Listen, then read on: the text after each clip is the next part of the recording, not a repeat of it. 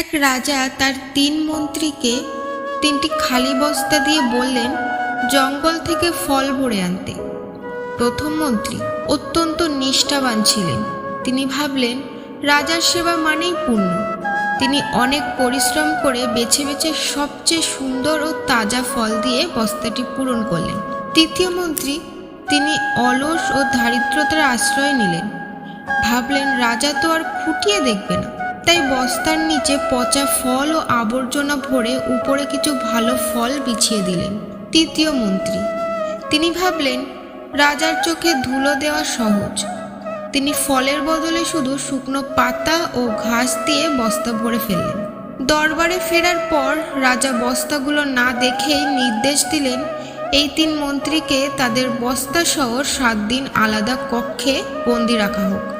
বাইরে থেকে কোনো খাবার দেওয়া হবে না। পরিণাম, প্রথম মন্ত্রী তার জমানো সুস্বাদু ফল খেয়ে আনন্দের 7টা দিন কাটিয়ে দিলেন। দ্বিতীয় মন্ত্রী মাত্র 2 দিন ভালো ফল পেলেন, বাকি 5 দিন পচা ফল খেয়ে মারাত্মক অসুস্থ হয়ে পড়লেন। তৃতীয় মন্ত্রী তার বস্তায় খাবার না থাকায় অনাহারে মৃত্যুবরণ করলেন। গল্পের মূল শিক্ষা, আমাদের এই জীবনটাই হলো সেই বস্তা আর আমাদের কাজগুলো হলো সংগৃহীত ফল। আমরা যা করি সেটাই জমা থাকে, কর্মফল থেকে কারোর নিস্তার নেই।